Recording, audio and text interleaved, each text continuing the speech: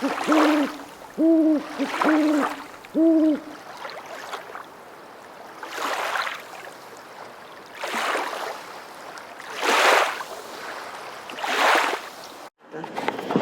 vem a literatura, mas tem esse momento, se compra, se vai no supermercado, se paga boleto, mas a vida não é o suficiente, e tem aquele momento que você vai e procura como é que tal personagem, tal figura se movimenta nessa existência, não é? Por isso eu vou repetir algumas coisas que eu falei agora recentemente, mas a vida também é uma repetição. E eu acredito muito na literatura, não é? Eu acho que o discurso que suporta a literatura é o discurso que suporta a vida, não tem outro. Vocês podem pensar nisso. E um rio sem fim, eu agradeço a presença de vocês. Eu estava fazendo, como jornalista, eu ia fazer um mestrado na UNB sobre a representação midiática dessa mídia hegemônica ocidental, feita para um leitor ocidental, sobre um episódio que aconteceu na Amazônia em 1968, ligado a um grupo indígena chamado Waimiri-Atuari. Em 1968, vocês lembram, não era a época do Brasil homem ou deixe, a Amazônia não existe gente, nós não éramos nada, a Amazônia integrar para não entregar. E foi em 68 começou a construção da BR-174, que liga Manaus a Boa Vista. E esses indígenas, os Waimiri-Atuari, eles vinham sofrendo um processo muito violento de dizimação, com varíola, com tuberculose, com gripe, porque estavam chegando caçadores, coletores, madeireiros, garimpo, e a mortandade era insuportável, e estavam muito traumatizados. Dentro dessa visão, dessa complexa compaixão, pena, generosidade cristã ocidental, vai uma expedição chamada Expedição do Padre Caleri, com 10 pessoas, para retirá-lo da estrada da Manaus, da BR-174. Quando vocês percorrerem essa estrada, vocês pensem o que aconteceu aqui embaixo. E ele chega, esse padre, e os indígenas, com uma expedição com 10 pessoas, 2 mulheres, Marina e Mercedes, e os indígenas começaram a ficar com medo, né, os Waimiri-Atuari, porque quando eles chegam começa tanta doença, porque quando eles chegam começa tanta mortandade, tem alguma coisa aí. E o padre, o missionário, que poderia, nesse caso era cristão, mas poderia ser outra igreja, sei lá o quê, e ele, para chamar os indígenas, para dizer, ele dá 8 tiros para o alto. Esse é o primeiro contato, o primeiro encontro. Os Waimiri-Atuari continuam mais arredios ainda. Ele não se conforma e dá mais 4 tiros. E irritado, ele começa a fazer um diário, não é? O diário do Padre Caleri. Bem decente e com muita coragem, não é? E coloca, para atrair, coloca panelas e colheres e essas geringonças. Os Waimiri-Atuari começam a mexer nisso. A interpretação deles foi em 68, não foi em 1500. É de que os indígenas estavam roubando. E ele vai escrever esse diário, não é? Proibindo a aproximação e coloca entre aspas, não é? Que vai proibir os índios se comportarem dessa maneira, aspas, porque isso está no nosso direito de gente superior. Porque isso está no nosso direito de gente superior. E vocês percebam, não é, o nível da dominação, não é? O dominar e não compreender. E as relações que vão ser estabelecidas, não é? E há um conflito, ele levanta a espingarda e diz Padre Marupá, Padre mata, não é? E os indígenas realmente mataram 9 pessoas da expedição. Restou um mateiro, Álvaro Paulo da Silva, que depois vai resgatar essa história. E quando isso aconteceu, Manaus, não lembro quantos mil habitantes, houve uma catarse, não é? Era aqueles helicópteros passando com o corpo dos expedicionários. E a mídia, não é, a mídia no mundo, fez uma das piores coberturas que se pode pensar com relação a um grupo étnico. E o ódio aumentou com relação a esses indígenas. E eu fui, não é? Eu tinha uns 8 anos, não é? E fui lá ver o ritual, não é? Na Catedral Metropolitana. Estava falando para os meninos aqui, fui com aquele meu cartaz, queremos a estrada. Olha o que essas instituições colonizadoras, né, fazem na cabeça da gente. E eu sendo filha de pai indígena e mãe negra. E foi aquele terror, não é? Aqui, não é? Aqui são os bons, os pacíficos, os generosos, os que vão com essa caridade de humanizá-los, porque eles são humanos, mas não tão humanos assim, são humanos incompletos. E lá estão os terroristas, os assassinos, os tenebrosos, os que matam, os tortos, e essas coisas todas, não é? Eu já estava, eu tenho que ressaltar que esse grupo indígena do Joinville-Atuari, na década de 60, eram 3.000 pessoas, em 80 eles eram 300. Para onde foram? O que fizeram com esses indígenas? Se fala muito, não é, aqui dos desaparecidos do asfalto, desses lugares aí, esses que estão na fila do descarte, não interessa tanto. E eu já estava, não é, com tudo pronto, não é, a bibliografia, os conceitos e os calhamaço de jornais, e foi quando eu senti, não é? Eu pensei, não é, o que a historiografia faz com a memória de alguns mortos, não é? Pensei na literatura como uma modalidade singular e poderosíssima de conhecimento. E também era como se imagens, não é? Imagens, uma erupção assim dos próprios personagens, era como se eles me questionassem também. Nós vamos virar mais um dado estatístico, mais vão me aprisionar no conceito. E eu tenho todo o respeito pelo discurso acadêmico, pela ciência. E aí foi quando eu resolvi fazer literatura, porque eu acredito que as grandes tragédias, as grandes glórias, não é, humanas, elas são suportáveis quando elas chegam feito literatura. E foi quando eu escrevi Um Rio Sem Fim. Um Rio Sem Fim, e mais uma segunda parte, né, justificando por que eu não consegui ficar apenas com esse discurso acadêmico. A literatura, ela passa por isso e ela quer sempre mais, não é? Pode não conseguir, mas sinaliza, aqui não é o limite, né? Há muita coisa imperceptível ainda. Escrevi Um Rio Sem Fim, muito baseado naquilo que Hannah Arendt vai dizer, não é, que a pura violência muda, e é justamente por isso que a violência jamais poderá ter grandeza.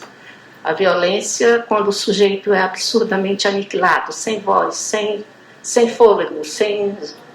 Tá, acabo com tua vida, com tua trajetória, danifico a tua morte, porque essas pessoas, alguns grupos têm uma morte danificada, no sentido de que, tudo bem, você entra para a vida com a senha da morte, ok, você vive, mas há determinados grupos que até a morte tem que ser a morte violentada, a morte humilhada, quando você aniquila o sujeito com uma bota no pescoço, joga gasolina como fizeram com o Valtino e está com fogo. É o despertencimento, né, Krenak, que a gente estava conversando agora. Você não pode pertencer a esse universo, então eu vou te aniquilando, aniquilando, aniquilando. E o que Um Rio Sem Fim vai fazer é pegar alguns desses ecos dessa sofreguidão da morte, não é? Dessas vozes quase totalmente aniquiladas, e resgatar via literatura. Porque se trata, não é? Eu não quero empobrecer os sentidos, não é, do livro, não quero empobrecer. Lembre-se que eu falei agora na Flip, não é um livro para ser lido com preguiça. É um livro que dificilmente você vai encontrar uma frase descartável. Tem que ser lido com muita coragem também, com muita coragem. Porque os personagens exigem isso. E se trata, não é um afluente desse rio. Se trata na década de 70 em Manaus, quem viveu lá. 60 também. Era muito comum indígenas serem arrebanhados para a casa de famílias, não é? Para serem escravizados mesmo, era uma escravidão. Ailton sabe muito bem disso. Ele já andou naquelas barrancas comigo. E se trata da partida de 4 crianças, não é? 4 crianças. Entre elas vai se estabelecer uma amizade muito grande entre Rosa Maria, que é uma indígena aparentemente mais frágil, emocionalmente mais frágil, e uma cabocla, que a Amazônia permite isso, não é? Que é essa mistura de negro com indígena, que se chama cabocla, Maria Assunção. Elas vão morar nessa casa escravagista onde o destino delas é impossível ser suportado. Isso que alguns vão chamar de mimimi, entendeu? Eram absurdamente escravizadas. E a Maria Assunção diz para a Rosa Maria: olha, eu vou dar um jeito na vida, vou sair e volto para te buscar, Maria Assunção sai com esse eco, porque ela pergunta: Assunção volta, Assunção vem? E ela sai com esse eco pela vida, e passam décadas, não é? Quando ela rodopia Manaus, né? Rodopia por Manaus, esse Manaus feita de costas para o rio, para quem não sabe, Manaus construída em cima de um cemitério indígena. Quando ela encontra a Rosa Maria está assim, num mármore, em algum local que pode ser uma igreja, uma mansão, um palacete, algo muito ricamente, ou América Latina, com aquela lembrança do dourado e o vestido lilás que vai se desfazendo na trajetória. E ela chama, não é? Rosa Maria, eu voltei, lembra, Índia Mijona, quando nós chegamos aqui em busca, não é, dessa vaca com o chifre florido, que era a força poética, o recurso poético para suportar tudo aquilo, e Rosa Maria já não reconhece mais, não é? O estado de degradação muito grande. E dá um sorriso, e você não sabe se é uma reação física, se é um reconhecimento, se é uma memória. E Maria Assunção, ela volta para o Rio e pega, não é? Quando me perguntaram em Manaus recentemente o que é a literatura, foi a forma que eu encontrei de responder. Ela volta para o Rio, pega essa mulher em cima onde a memória, a história, as tragédias estão todas ali, não é? História da dominação, da colonialidade, do eurocentrismo, está ali escondido, e vai bordando numa frase, numa página, no Rio Sem Fim. Esse é só um afluente, dessa história, porque se trata, não é, de um processo colonial que foi tenebroso na Amazônia.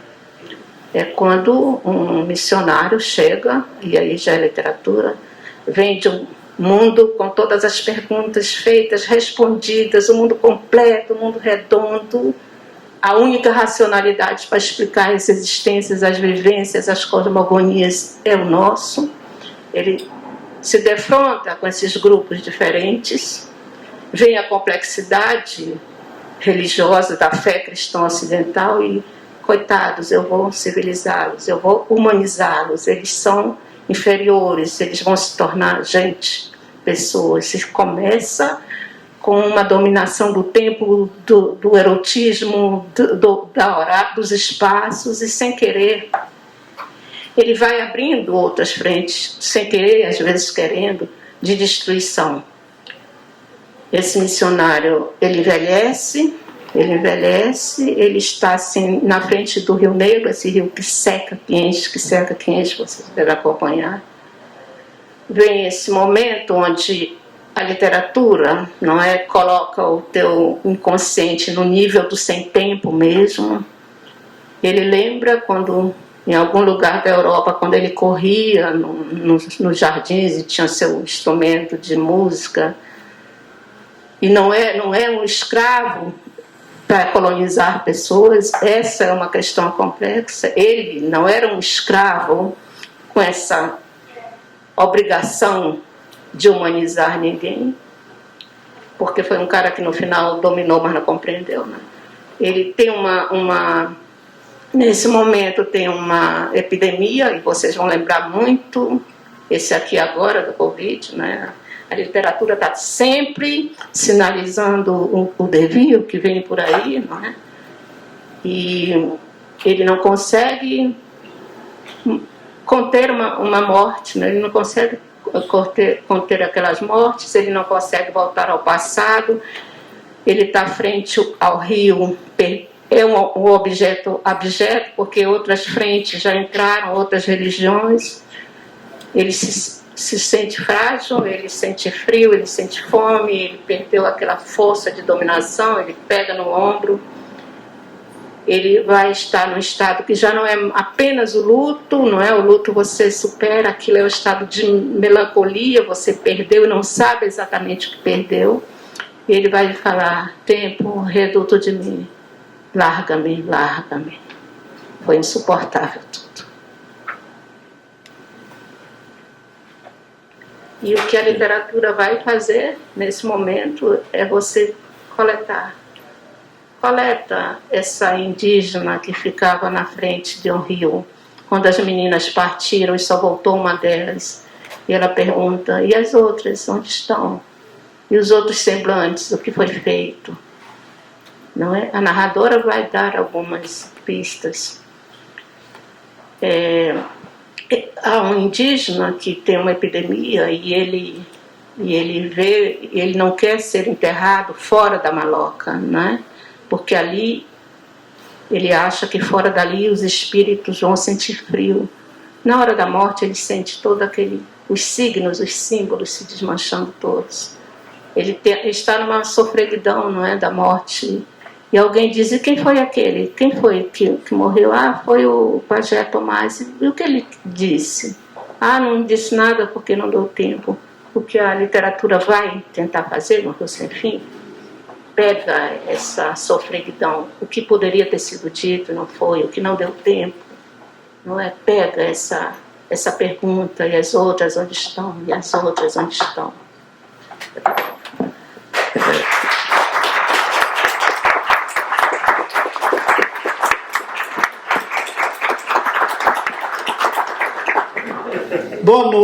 Boa noite, queridos amigos que estão aqui nos acolhendo e ajudando a ter coragem de recontar uma história tão dolorida. Eu acredito que todos que tiveram essa oportunidade ficaram diante de uma interrogação, que isso é um monólogo. Nós estamos ouvindo alguém contar para a gente o seu processo de chegar a contar uma história na forma literária. Alguém que viveu um mundo totalmente mudo, um mundo emudecido, um mundo que tentava falar e só arranhava esse invisível muro que separa parte da humanidade daqueles que sempre puderam pertencer a algum mundo. Quando a Verenilde decidiu apresentar um trabalho acadêmico na universidade, a partir de documentos que ela reuniu, e quase que já tinha esse romance pronto, mas decidiu apresentar ele como uma tese, eu acho que ela estava atravessando esses rios, tentando chegar a esse momento que não deixa de ser dolorido para ela e para quem escuta uma evocação desse dolorido caminho que essas pessoas fizeram, fazem, continuam fazendo, para chegar a algum termo, para poder dizer quem são. E eu soube que na fala que a Verê fez lá na feira literária lá de Paraty, na Flip, ela teria buscado uma maneira de expressar esse abismo que separa os mundos daqueles que têm voz e daqueles que não alcançam esse lugar de voz. Ela faz referência a essa ideia muito fluente hoje, que é a ideia de pertencimento. A ideia de pertencimento parece que é quase um direito natural, como se todo mundo tivesse se movendo nesse tempo, nesse século XXI, movido por esse intento, por essa ideia de pertencer a alguma coisa, nem que seja uma rede social, que não é nada, que é uma ficção, mas essa ficção ela consegue acalmar um pouco a dor e a agonia de seres humanos que continuam sendo escutados, nem dentro de casa. E nem onde, no seio daquilo que eles acham que é a sua família, não são escutados. Então essa agonia de ser escutado, ela produz uma espécie de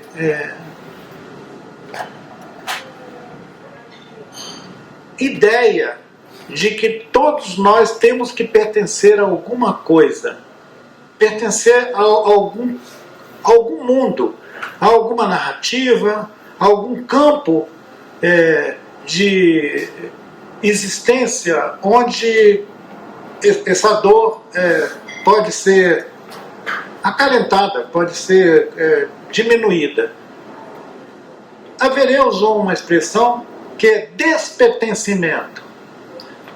Despertencer. Aí eu reconheci nessa criação, que é uma criação do campo dessa experiência literária da Verê, uma compreensão daquilo que eu já tinha chamado de: quando você está diante do deserto, o que você vai fazer? Você vai sair correndo ou você vai encarar e atravessar o deserto? Atravessar o deserto é aceitar não pertencer a nada, é não reivindicar esse pertencimento. Nós estamos vivendo num tempo em que todos nós somos convocados a querer alguma coisa, a pertencer a alguma coisa, a integrar alguma coisa. E isso está muito associado à ideia de inclusão. Inclusão parece que é um anúncio gentil, generoso, mas na verdade, inclusão é uma convocatória, parecida com aquela que o padre chega dando tiro para o ar, para convocar os que estão escondidos no meio do mato, aqueles que sempre viveram, gente que viveu 500 anos, 1000 anos, 2000 anos, quer dizer, viveram a história daquela humanidade dentro da floresta sem nunca precisar de uma panela, do espelho, de uma bugiganga. Aí chega uma missão, pendura uma bugiganga e fica esperando que você vá pegar. Isso é inclusão, pertencimento. Tá lá, ó, você não vai aparecer, não, dá uns tiros pro ar para ver se eles aparecem para pegar essa bugiganga. Não apareceu? Então vamos atrás deles. Há quanto tempo, gente, nós assistimos em diferentes situações a ideia de descobrir um povo indígena no meio da Amazônia, da floresta e tudo. E toda essa mitologia colonialista que fica sustentando a repetição dessa violência que a Verê está falando aqui. Agarrar as crianças, agarrar as pessoas no seu mundo, trazer essas pessoas para cá para eles pertencerem a essa incrível civilização que nós estamos já chapados dela.